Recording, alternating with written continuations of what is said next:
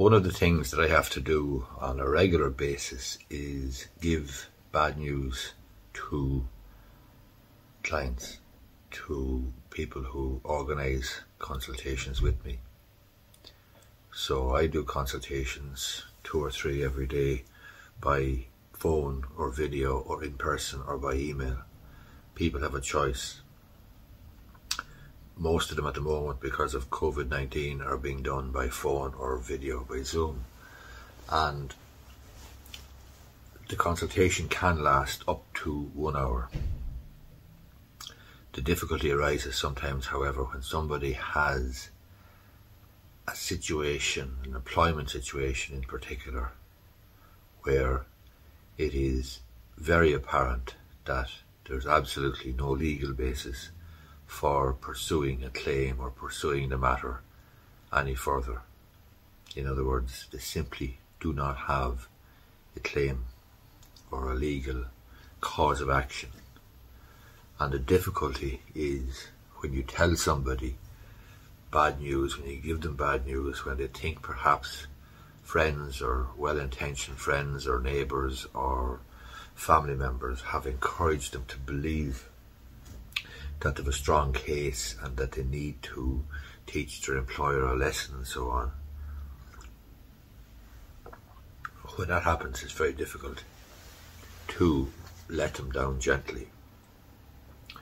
And the easiest thing in the world for me to do is to tell people, yeah, you have a good claim, you have a good case, go ahead, I'll help you, and obviously represent you, and so on and so forth. That's the easy thing to do. The more difficult thing to do is to tell people that no, there's no basis for a case. You really need to put this to one side, park it, put it behind you and move on. People don't like to hear that often. Some people thank me for the clarity and for the honesty and for the advice, even though they may not like it. But some people take it quite badly because their hopes have been completely punctured. But I can't relent and I can't back down, and I can't change my mind or change my opinion, because that would be unprofessional and unfair. So it does lead sometimes to difficult conversations which terminate early, quite frankly, on the phone or on video or whatever.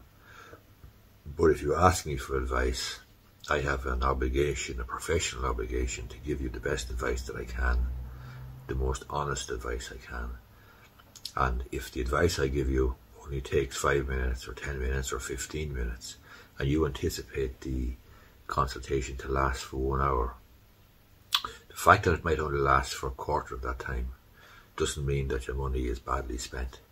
Because if in that period of time I can give you clarity and give you advice which will prevent you from embarking on a course of action that's bound to end in failure and is bound to cost you a lot more money, surely you're better off in getting it straight and honest up front, no matter how long the consultation lasts.